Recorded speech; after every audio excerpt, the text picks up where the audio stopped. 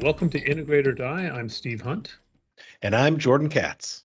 So today we talked to Ben Granger, or I should say Dr. Ben Granger. He's an IO psychologist like I am, Jordan. And you'll definitely see that in our conversation. We kind of nerd out a little bit on this one. But This is true. Ben is an expert in what's called employee listening technology, or sometimes called employee experience technology. And what are some of the things that you took away from our conversation with Ben, Jordan? Well, we heard a little bit about the value of census surveys and other ways to listen to employees without having a great impact or creating survey fatigue. And we also heard about the potential for cosmology or astronomy being a side hustle. That is true. We definitely were like a lot of conversations. We talked about Nutra rats as well, Very but common you'll have to topic around my watch the household. you'll have to watch it to understand where that comes in. But a couple of things that Ben talked about that I found really fascinating is that employee listening technology, it's really about understanding people's attitudes, opinions, how they're feeling. And it is a technology that how you use this data can go from creating understanding to evaluating and judging, and the role of trust when you're really looking to know people's thoughts, and Yeah. and people get a little understanding of this, like, why should I tell you what I'm thinking? That's kind of private. Well, if you don't know what you're thinking, we can't help you. And it's really kind of fascinating. Ben really gets into the delicate sort of ethics and the issues that get into using technology to understand how people think and feel at work. So with that, let's go talk to Ben. Well, hey, Ben, thanks for appearing on Integrate or Die. We always start this by telling you why we invited you on the show, the reason why we invited you on the show, aside from that you're a really cool guy because we know you really well, but also that you're an expert in what might be called sometimes employee listening technology or employee experience technology.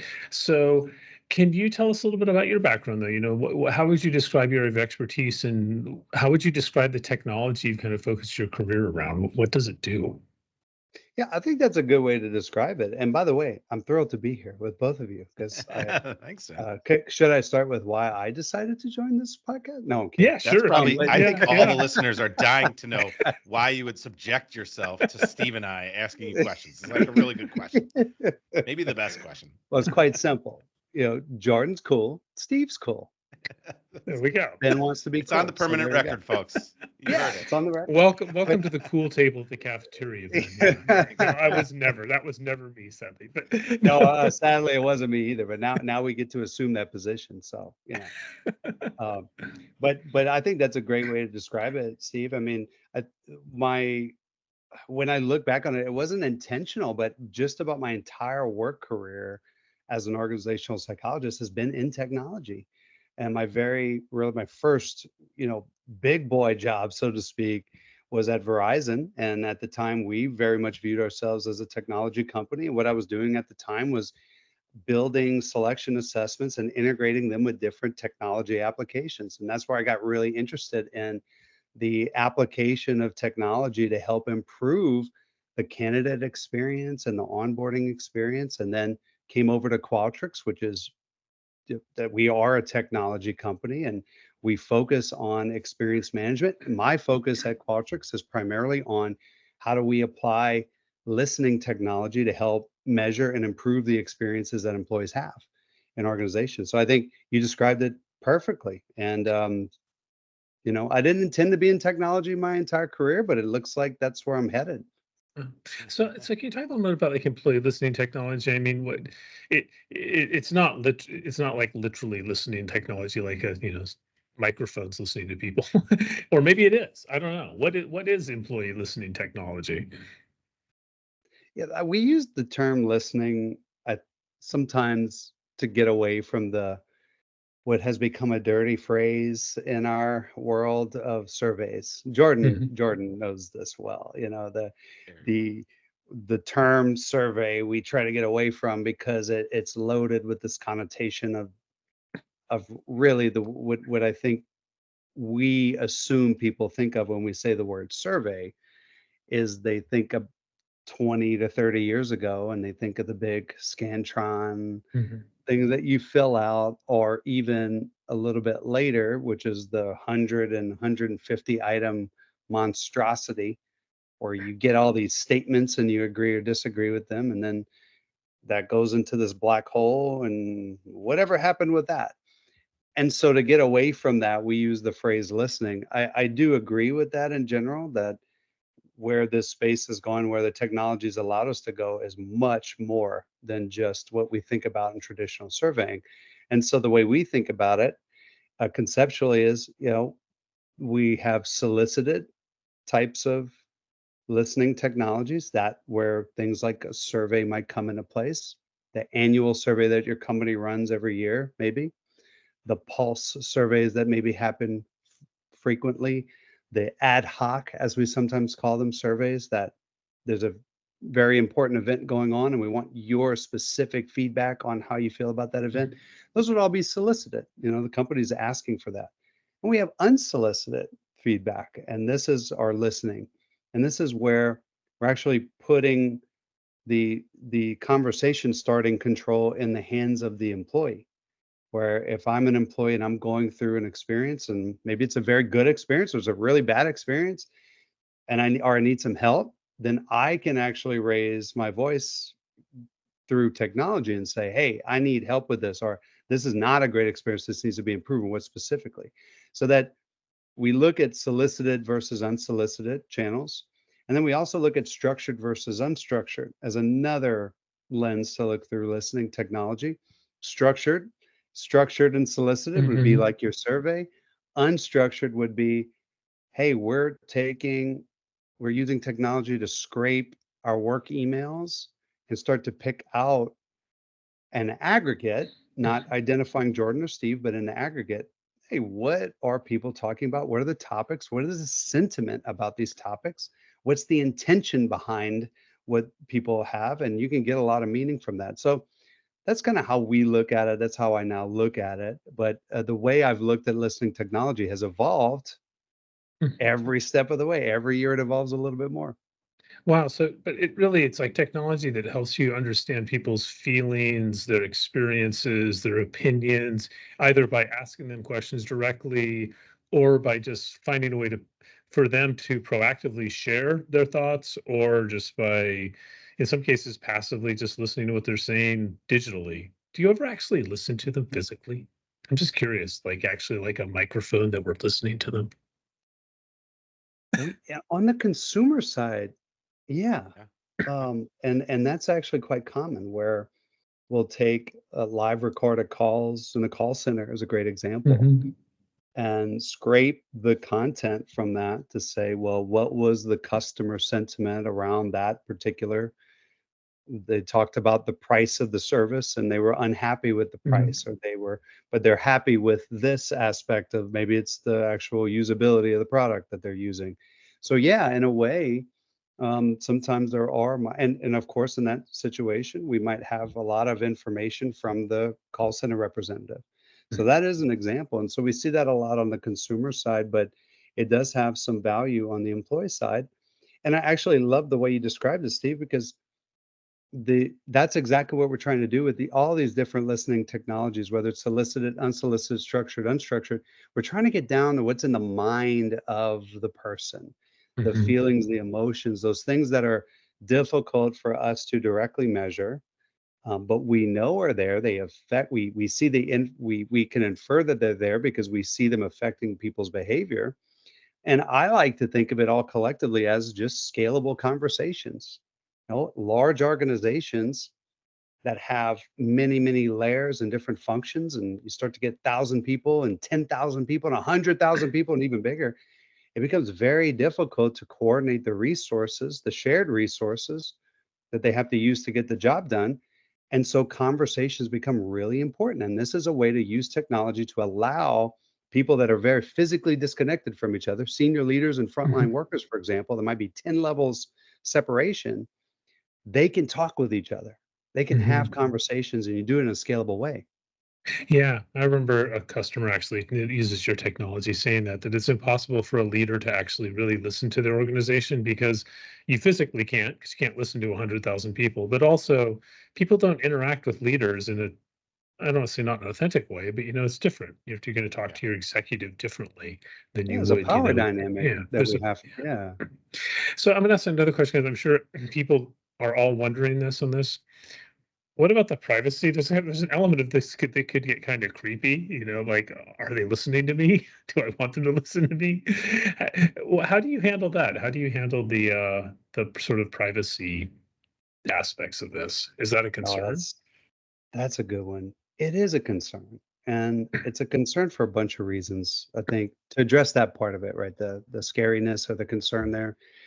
It is a concern because if you think about what we do in experience management, right, which is really the practice that we try to get, or discipline as we call it, to get organizations to have a continuous conversation with their stakeholders, employees, customers, for example. And if the and essentially what companies do with that is use that information to make better decisions and make those decisions faster. Mhm, That's essentially what they're there for. But if, for example, we're rolling out let's say a structured solicited employee survey and the employees don't trust it and they think that that information might be used against them somehow or won't be used for their benefit. In other words, it's just vanity metrics for the company to get this ranking on this external board or something like that, and that really does happen. Well, then the data that they're using to make those decisions is bad. And so mhm, the decisions become not very good if you're, garbage in, garbage out, as we sometimes say in our field. So having the things that we use to mitigate against that, I think one very technical one is making sure that we're really clear on the confidentiality of the survey taker or the person who's maybe giving their feedback even in an unsolicited way, where we're being very clear with them that we are not interested as a company in identifying who said what. What we are interested in knowing is for different groups or personas of employees, what are the experiences that they're struggling with, and what can we do to intervene and make those better? And when we prove that, right, and this takes time because you have to build trust that necessitates time. You have to prove over and over and over you're going to do what you say you're going to do and not going to do what you say you're not going to do. Then you have to show them that when you give us feedback, we act on it and we don't misuse it. And you mhm. got to do that again, and you got to do that again. And when you do that, you get good quality data.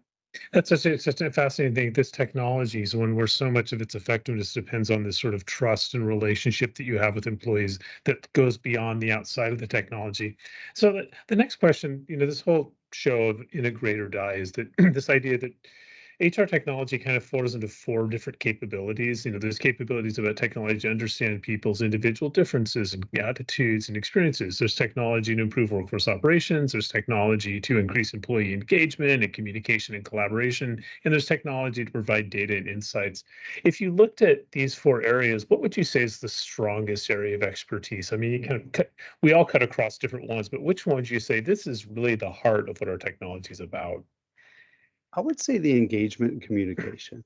I would say that's probably the bucket where this falls most directly into. It's really about gets interesting because some people could argue it's about understanding differences, but I like you. So the real purpose is to create that listening, that communication and understanding. I think that's a key point. That's a really good. I'm glad you pointed that out, Steve, because um, when it's not to say that it's always misused when it's treated that way, but we're often not, I'd say more often than not, we're looking for main effects versus individual differences in some of Mhm, this stuff. But sometimes you get the desire among leaders to know, well, I want to know who those people are who are detracting from this. And that sometimes becomes a hard conversation for me as a consultant to say, that is not what this is about. And if you create an environment, right, if you do what you're saying you're going to do, go on a witch hunt, for example, Mhm. and if you do that, the blast radius or the effects are going to be dramatic. And they're going to be dramatic not just on those people, but on everybody else because you lose the trust, you lose the integrity of the data, and then the decisions that you're making based on that data become garbage. I mhm. think you just brought up a very good point that connects what we were talking about just a minute ago with regards to privacy and what you're good at and what you hope to impact. And I have a question, right? I'm going to play a little devil's advocate. Number one, should employees truly have the expectation of privacy on their work laptops and in the course of their doing their jobs? That's number one. Number two, at what point do you, as a leader, as a consultant, as someone I know very well who's very ethical and has a great moral compass in terms of using the data in the right way and the practical downstream effects of not using the data in the right way, how do you walk the line between, if you don't have a reasonable expectation of privacy because it's your work laptop, build the trust that we're going to use your information in an ethical and productive manner that ultimately impacts the things we care about, right? You see what I'm saying? So employees should know they're not really private. Companies know they can get into that data at any time. They usually don't, in part because for whatever reason. Right. Where's the right, you know, what the eye of the storm where you're safe to go in there and actually use the data and make some impact and where it's worth it? I love that question. We actually have a little data that gets close to what Mm. you're saying, Jordan. And we ran every year we run this big employee experience trend study, and we ran I ours remember that. in yeah. It's a big event, right? It's a big thing that we do, and we collected data from right around 38,000 part-time and full-time employees across all different major regions of the globe and all major industries. And one of the big topics we tried to dig into was people's comfortability with being listened to passively, primarily because that's the piece that usually raises the person's alarm. Like, Mm-hmm. well, what do you Mm-hmm. mean you listen to me passively? Like you're monitoring my emails and my internal social communications. And to your point, Jordan, those are on a work machine. Yeah. And so, from one perspective, the company has a right to do that. If you're at work using a work machine, then there's a good argument that an organization can make that we have a right to take a look at what you're writing Yeah. out there and putting out there, right? Sure. And I to a degree, I agree with that. However, well, let me finish the point on the research. What we found Sure. was that when we asked, like, how comfortable are people with these passive listening technology being applied to different types of channels. And Mhm. when you ask them about things like email or work communication on a work machine, the majority of people are fairly comfortable with that. Like, Mm. they also acknowledge that, hey, if I'm at work and I'm using a work machine, my company does have a right. And if I remember correctly, it was to the tune of like 60 or 60 Oh, plus good. percent of people said, yeah, on Yeah. email or work communication. Now, once you get really personal, once you get down to like personal social media, even anonymous Mm-hmm. social media like Blind or things like that, then you see the comfort level drop significantly below Yeah. 50%, right? So, Well, it's outside of so work. This is your personal thing, right? You exactly, probably doing it on your own personal device. Yeah. That's very reasonable. This is exactly. It's fascinating. This is sort of this talking about how you're like saying we're seeking to understand sort of population and trends to enable better communication of the organization, the workforce, but doing this through measuring people's individual opinions and beliefs. But we don't want to get Right. down to the level of the individual because that violates the trust. This balancing act that you're doing is really, Yeah. really fascinating. I think going to the next question, because we could stay on this topic probably for Yeah, the we entire could easily. podcast. Forever. It's Is pretty this a amazing. 4-hour podcast, I hope, It's with Ben? I hope well, so. it's a larger social issue. How do you balance, like, understanding society with respecting privacy as you said, you know, not going on the witch hunt, as you said, Ben, I think is a really Yeah. good phrase. Um, the next question is like previous successes. You've been in this field of employee and listening technology for a long time. When you look at stuff that what's out there that you're like kind of like, how come everyone doesn't use this? What would you say is that thing that you're sort of baffles you that why isn't everyone doing it right now? Well, I'll give maybe a surprising answer to start. which is I'm still baffled as to why people uh, are so down on the census survey. It's become I out agree. of, Go on. Say more. people like, oh, well, the census survey is bad. I remember there was an article that was written. Actually, Steve, you and I batted this around back right around COVID days. I think it was a management professor came out and published something in the Wall Street Journal about just bashed the census engagement survey. And the points were really good, but it was in my view, it was a conflation of the way that they were run versus the instrument themselves. And yes, if you run a survey badly, it could be really bad. But when you use a old school, so to speak, in census survey and you run it really well, it could be an extremely powerful tool because now you're basically opening up a single conversation to everybody in the organization. Everyone's invited into this conversation. And it also allows you, if you're interested in doing the more innovative stuff, and I'll touch on some of those things in a minute, if you're interested in that and you're not, I do not believe jumping to those really innovative, cutting edge things without first establishing some trust with the workforce is a good idea. I just don't. And a great example of that, if you've never really continuously listened to your workforce via an annual survey, don't go jump off the deep end and start doing passive listening like that. You have no foundation of trust to do that from. And so that's one I think is like, hey, the technology is so much better than it used to be to run those global studies. Do it. Like use that as the cornerstone. So that surprises me sometimes is when people say, we're not going to do that. We're going to do more innovative stuff. But I guess more to the question, I'm really intrigued by the passive listening technology. And I'll give you a really nerdy answer here because The best answers for when this show. that's what this is for, right? Yeah.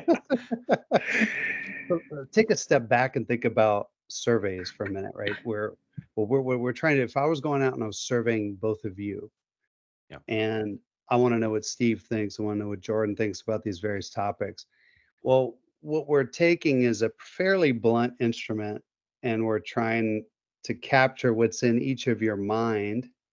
And then we're very, very quickly going from your responses to an abstract number. And Mhm. so we cross this huge chasm of what's in Jordan and Steve's mind, and then we're abstracting it down to a number. And then we carry those numbers forward, we aggregate those numbers, and we make a lot of assumptions about those numbers being very meaningfully representing what's in Jordan and Steve's mind. And then we analyze it. And there's a lot of trade-offs when you do that. On the positive, you get a lot of computational power when you bring it down to the number in the abstract. So then you can start predicting stuff. You can start running, your basic descriptive and inferential statistics. You can do the cool work that the nerds like us like to do. Yeah. But you also lose a tremendous amount of meaning when you do Mhm. that, right? You lose a tremendous amount of meaning and nuance. And so passive listening, in my view, what it essentially does is when we're going out, we're looking at your open text, what Jordan's writing out there, or maybe even in a survey where you're writing your open text comments or whatever, and Steve, what we're doing is we're using things like the natural language processing, natural language understanding, and before we abstract it to a number, we break it down into topic, sentiment, intention, effort, and we break it down to these really meaningful components that are in your mind. And so then we're adding numbers to it, we're abstracting it after that. And so I actually think from that perspective, when I think about it that way, I think passive listening retains a lot of the useful, as we would call it useful variance, but you retain a lot of the meaning that's sitting in each of your mind that we lose when we jump to abstraction right away. Wow. So kind of hearing two things. So like on the previous the successes questions and things, one thing you're saying is the traditional survey has a lot of value if you do it the right way, and it's that baseline and that establishment. So kind of like, and it's so easy to do now, but companies should be doing this.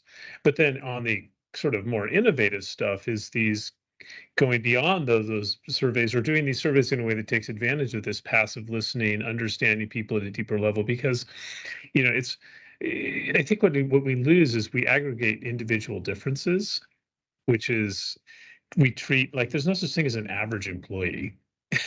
We're A all good different, point. That is and a very good. That's a very good point. There's a composite employee. there's a That's a composite. persona that requires certain types of management and strategy and behavior, right? Yeah, But that's a very good right. point. And The average trying doesn't exist. it seems like that what you're saying is that we have technology now that allows us to understand the variance within the employee population. It's sort of like I could tell you on average it's a sunny day here in Seattle right now, but if it's raining on somebody trying to play tennis in one neighborhood, they don't care. That it's That's a sunny in good point. Seattle. Well, it's not sunny on my tennis Well, we court. know that's not true, that it's not sunny in Seattle, Steve. I can already tell you that. Well, less rainy. It's it's always partially raining here, but so looking at that balance, it's really interesting. So talk a little more about that current innovations when you're looking at where the technology is now. What do you think it's going to be looking like when it comes to employee listening in over the next few years? What's it? You think we'll still have annual census surveys? But what is going to be the main source of information, do you think? What are you excited about? What are you like, wow, this is really cool. This is why, you're not ready to hang it up and say, I've done all the employee listening I'm ever going to do. Well, this part goes, what gets me really excited is now that we're really doing a lot of work now to complement that. Steve, you put it really nicely. We're capturing all this information. What we're capturing is ideas and feelings and perceptions and things that are, I think sometimes call fuzzy, and they're hard to measure because they're sitting in the mind of people. So it's really hard to measure. But we're trying to complement that with behavioral data, behavioral signal, and now that so much of work is digital, we can capture a lot of those digital behaviors, and some of it really micro behaviors, right? Mouse clicks and the direction that somebody's moving on the screen and where their eyes move, and then even operational data. So bringing in performance data from or data from the talent management system and the traditional HCM or HRS systems, and bring all that signal together. And so now what we're starting to look at is, okay, what are we trying to predict? Are we trying to predict human attitudes? Are we trying to predict human behavior? Are we trying to predict human behavior patterns? Are we trying to predict behavior patterns of groups of people or individuals? And those are all different outcomes. And so the different combination of experience data, as we sometimes call those feelings and things that we capture via surveys, that experience data, that operational data, or the behavioral data, and in which cases can we build models, predictive models that would say, hey, well, if we're really trying to predict human behavior, employee listening, right? It's still going to be valuable, in my opinion, to actually say, Jordan, Steve, now we're having a conversation and we're going to ask you some questions. But is that the best data to then predict what you're going to do? Not always. Sometimes it might be, but sometimes it might Yeah. not, depending on what we're trying to predict and whether we're trying to predict you at an individual or at a group level. So I'll summarize it by saying I am really interested in, and I think where the employee listening space is going to go is to be much, much broader than just collecting experience data. It's going to extend beyond the boundaries of that and start looking at behavioral data and also operational data to then and that we are looking at, we're inferring, we see Jordan behaving in this way digitally or in person, and we can use that information in a private way, right? We may not identify it as Jordan, but we know that it's a man who's based in Chicago who's in this department. And we can now predict what he's going to do using different sources of information. So I think the edges of employee listening are going to start to broaden out, but I still I still think there's going to be a place for it's time to have a conversation and I want your opinion and I want you to tell me because it doesn't feel too good when somebody comes to you and says, "Steve, we've been tracking your behavior and we've inferred that you are Yeah. introverted and you are not going to perform well." It's like, well, when do I get a voice in this? I think that's Ben, wow, it is oh, because you're kind of going from like a conversational part of the employee listening technology is to create these conversations and set it up, but then you can also extrapolate that and use it for more predictive things to understand the implications of how people are feeling and what can we do to influence that. But you also got to be careful that you're not coming back to judging them. You know, yeah. I do have this image of remember that movie Minority Report, or Oh, like yeah. Oh, yeah.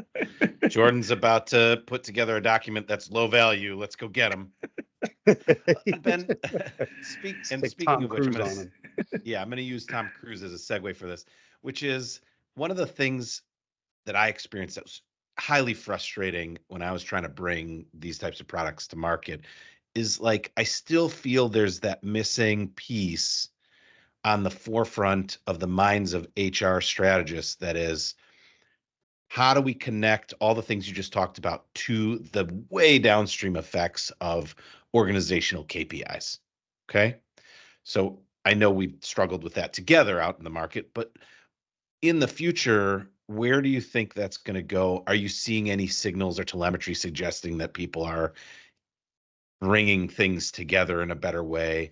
Or will it just be we know that eventually it'll affect that through research. We're going to keep working on employee experience and engagement, but not take the time to measure the impact it has way downstream. Oh, yeah, that's a good one. Yeah, and I agree. I think that's well, it is interesting. This is somewhat of a polarizing topic, I would say, because in some cases, it is the number one question in the mind of some of the business leaders who hold the budget. Nice. Mhm. And in other cases, it's never even discussed because it's inherently understood the value. Isn't that? Yeah. And I bet you've seen the same thing, Jordan, right? It's like some people, we don't even need to talk about ROI because they inherently believe that they Right. don't need to be convinced anymore. And then on the other hand, like, no, I want to see the numbers. I think both positions are reasonable because one, if somebody's going to invest some money, then yeah, I mean, I don't mind a question that asks me about the ROI. Yeah. And then on the other hand, I do also believe that, to use a technical term, I think to some degree this stuff has synthetic validity. Hmm. We know that if someone is engaged, that they're generally going to behave better on the job. They're going to be more likely to go above and beyond in their role. They're going to be more likely to give discretionary effort. They're going to be less likely to withdraw from other Yep. people in the organization. They're going to be less likely to engage in counterproductive behaviors, et cetera. But to your question, Jordan, I do think when like, and a great example of this, we do a lot of work connecting the employee experience data with customer experience data. Hmm. And oftentimes, I view that as crossing a pretty large chasm of activity that has to occur because what we're essentially doing is we're saying, hey, Steve, Jordan, Ben are all employees. They're dealing with customers on a daily basis. We want to know what's in their minds, Hmm. and then we capture that via these listening technologies. We turn those into numbers, and then we look past, okay, well then Steve, Ben, and Jordan have to actually engage in behavior that follows from those attitudes. Those behaviors have to then be perceived by the customer that sees them and interacts with them. They have to then form a judgment about those behaviors, and then those customers actually have to go do something like Hmm. repurchase or not, or renew or not, or Right. tell their friend or not. So that's a fairly long chain of events that has to occur. And there's a lot of other factors that can come in. And so Yeah. the quick answer I'll give you on that, Jordan, is I think as we start to bring more data in, like more of the behavioral data, more of the operational data to where we're not crossing this huge chasm and looking at two distantly connected variables. And now we're looking at what are the mediators of that.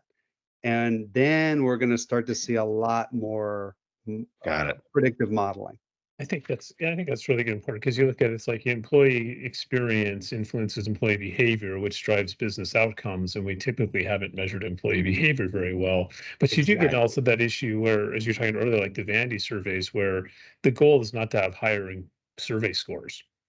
But some companies actually manage off that, and then you get into like gaming surveys, it gets so complicated, which kind of leads into the next question. When you look at and I'm sure you've seen some pretty colossal failures in this, would you look at either the design of technology or the use of technology in employee listening? What are some things that you've seen that you're like, yeah, we shouldn't do that, we should never do that again, or we should stop trying to do that? Well, you nailed my pet peeve, Steve, which is score chasing. Oh, This I tell this story sometimes. I'm from Louisiana, and South Louisiana, we have coastal erosion. We have, in New Orleans, parts of the city are below sea level, which is hard for people to visualize in their minds. Like, how is that possible? It was true. And so we have these little creatures that live down here called nutria-rats, and they kind of look like a beaver. They have these really nasty orange teeth, and it's not something you want to, take a peek at it, but don't do it around lunchtime. They're kind of disgusting. But they burrow into the levees and ditches, and so they eat a lot of the vegetation that actually protects the coastline and protects the levees that surround cities that are below sea level or on the Mississippi or around the Mississippi River. So it's a very serious problem. They are overpopulated, and so there's a bounty on nutria-rats. And so if you kill one and you bring in the hide and the tail, the wildlife and fisheries will give you, I think right now the bounty is at $9. So it's not very much, but there was a time not that long ago when it was like 25 or $50. And so it was a significant amount of money. And so the problem, right? Let's bring this back to employee listening, please, right? Yeah, like how are we getting there? Where are we going with this, man? If anyone can do it, Ben Granger can do it. So that overpopulation is a real legitimate problem. So the solution is, well, we have to reduce the population of nutria-rats. Just like, hey, we have an engagement problem at this organization. We need to get the engagement number higher. So what do we do with nutria-rats? We put a bounty on the nutria-rats. And just out of curiosity, do either of you have a guess as to what the terrible unintended consequence has been for the bounty of nutria-rats? People started I want to say nutria-rats and raising That's nutria-rats. Yeah, precisely correct, Steve. You nailed it. So that is what happens when you chase scores. I had a CHRO one time tell me, I look at my employee surveys just like a stock price. Where does my next 2 points come from? I cannot possibly disagree with that mindset anymore. That is the worst, most ineffective mindset that you can have around employee listening, because the behaviors that drives erode trust, and it detracts from the whole point of this, which is to improve the experience of employees. So that is in my opinion, one of the worst problems. And I painted a very extreme example, but you also see this in less extreme forms where, hey, you set if you fall below this number, if Jordan's a manager of a team and he falls below this number, then we're going to intervene. People start to figure that out. They start to game the system. That's the last thing we want to do. What we want is open dialogue, so that if we're making decisions based on this data, they better be good data. And good data means honest data. I think the key theme that I'm hearing through this live conversation is that just saying we want to use this technology for understanding and not evaluation. Because as soon as it's used for evaluation, it changes people suddenly game it. And I mean, I remember a study years ago that showed you could increase employee engagement surveys by giving people cookies when they took the survey. You know, there's all sorts of things you can do That's to right. to Chocolate game bias. it. And you shouldn't be managing the survey. It's just an intermediary. Yeah. But it does come back to that. So sort of moving on to like a wish list, when you look at, you've talked a lot about integration with behavioral data and integration with other forms of listening data. Are there other technologies that you wish people would build that are not employee listening technology, but would make your technology more powerful? Hmm. Well, I will say, and I'll give a nod to our product teams here at Qualtrics, is that we are very much looking to figure out how we can enhance our listening technologies, primarily on the back end, with arming managers and leaders with how do I make sense of this very quickly, and what do I do with it using artificial intelligence. Mhm. I do think it's important, by the way, not to go too far to try to use technologies in a way to make people feel like, oh, you're getting a human interaction, but it's really a technology. I Mhm. actually don't like that at all. I like just being very upfront about the usage of the technology, right? Leave it transparent. That Mhm. hey, we're using this artificial intelligence to help. But I do think that's one place where I would like to see more innovation and work. I'd also like to see a little bit more of using this sort of information um, in workforce planning and talent management. So this gets tricky because exactly the point you made. I love the way you synthesize that, Steve. Is evaluation. You don't want it to be about valuation, but there is also so much good use of that information to make good talent management decisions. Um, and I think that's a missed opportunity sometimes. And sometimes that's a really simple integration, Mhm. and sometimes Yeah. it doesn't even require a technical integration. But these are not like far out there wish lists. This is stuff I see today that I wish people would do a little bit more of. I think that's well, yeah, I definitely agree. I think a lot of times people look at data making workforce decisions and there's nothing in that data about employee attitudes or experiences. It's Right. just costs and demographics and finding a way to bringing that together. So last couple questions we've got here. So as you said, you didn't necessarily seek to become an employee listening technology expert, but there may be people out there that want to go into this field. What would you say? What advice would you give to a person thinking about pursuing a career in HR technology, particularly like an employee listening technology? What is it they should be focusing on? Why would they want to do it? Um, do you have to be an industrial organizational psychologist? Well, on that point, I would say no. Mhm. Um, and actually, maybe I'll give a kind of a counter to that. I'm an IO, as I know Yeah, you I'm an guys are, but IO. yeah, yeah. I'm He's not. not. Oh, I'm that's not. right, Jory. Yeah. I'm Yeah, OG employee listening from when we were doing things on paper. I've never been an IO psychologist. Well, there you go. yeah. You don't need to be an I just IO. play one on TV. Right. See, I Yeah. kind of forgot that. I thought you were. Yeah. You're honorary. Yeah. Um, but I think for one, you don't have to be, and that's No. actually one mistake I see some organizations make is they'll staff up their listening team with all IOs. For the record, I think that's a mistake because I see a lot of value in having. I do think IOs are really well suited for Yes. this, but I do think you can get a lot of value by bringing people with different backgrounds, customer experience. That's a great place because what they do, for example, and by the way, I think that's a legitimate suggestion. If you're interested in this stuff, take a look at that area. Take a look at what they're doing on the customer listening side. I spent about a year and a half in our research institute, getting ready to go back into it to be actually, but a lot of what I was doing in that first stint was learning about customer experience and customer listening. What can we bring in to innovate? Nice. But to somebody who's really interested in this area, I would say foundationally, start with a good, strong education in logic, statistics, and probability. That probably sounds weird to a lot of people. Like, why would I start with logic, statistics, and probability?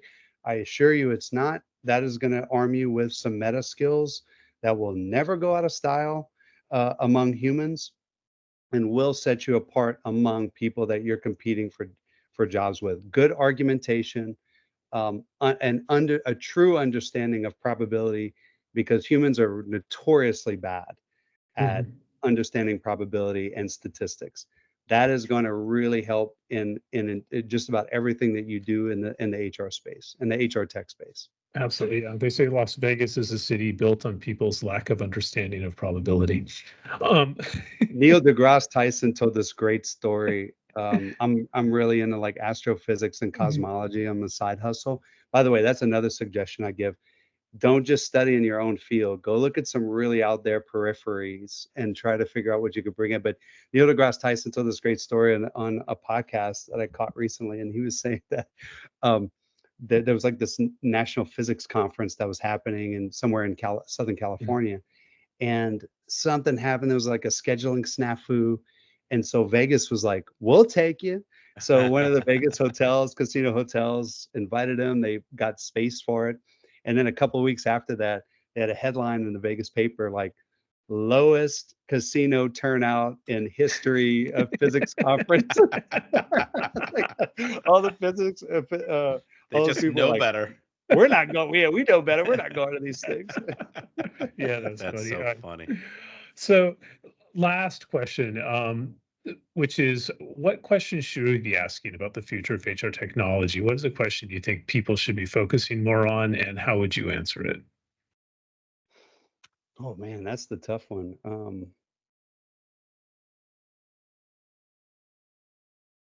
Well, I maybe I'll go back to that point around mm, technology mimicking or replacing humans. And I know Steve, you have some good thoughts on this topic. We've talked about in the past, and I've done read a lot of your stuff there. But I think that's a really interesting one to me in terms of how far should we be going in terms of creating technology that's going to actually mimic what a human or replace a human versus augment. And I think we probably all share a similar thought there. But it does one theme that strikes me is the research that was done on the uncanny valley. I Hmm. think it was in sociology maybe, but our the example I remember from that, and I remember it vaguely, but I remember the movie, The Polar Express, Hmm. and, I always found that movie a little creepy. So, Yeah.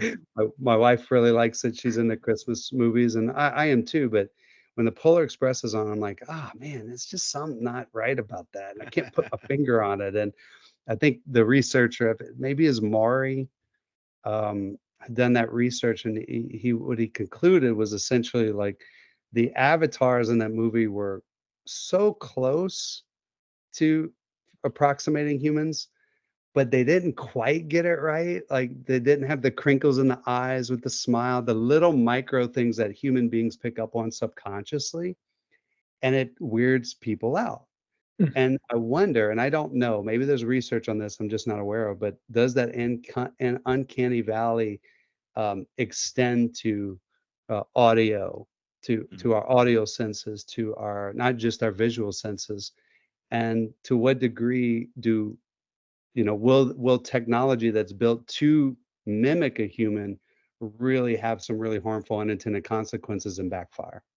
Yeah, I think that's great. I think it ties so much to the technology you're talking about listening, which is this understanding, this empathy. And it reminds me of an article I read by somebody who's a clinical psychologist who talked about how clinical artificial intelligence could mimic what clinical psychologists do tactically in terms of Mhm. providing the advice and the conversation. But she said one of the big parts of clinical psychology is knowing there's a human that cares for you. And caring is defined as a human giving time of their life, either mentally or physically, to another human. That's what it is. It's a fundamentally human act technology can never care for a person, not truly legitimately. And I think kind of what you're getting at in the world of employee experience, so much of it is going back to what you talked about, trust and a sense of empathy. Right. And that's fascinating. And really thinking more about when do we need to engineer humans into the interaction just simply because we need a human in the interaction. Yeah. Yes. That's Wow. interesting. Well, hey, Ben, I think that is a great spot to end this. We've certainly enjoyed the human interaction on this, for Absolutely. Likewise. sure. And so thank you very much for appearing on Integrate or Die. And we'll say, maybe we should call it Integrate and Live, Jordan. Integrate and live as a human, not an artificial intelligence. We promise we're real human beings. Don't even look to When see you we're were not. young and your heart was an open book. Yeah. That's What, right. that last title, Jordan may not be an IO psychologist, but he sure writes titles like he was one. That's very fair. Very fair.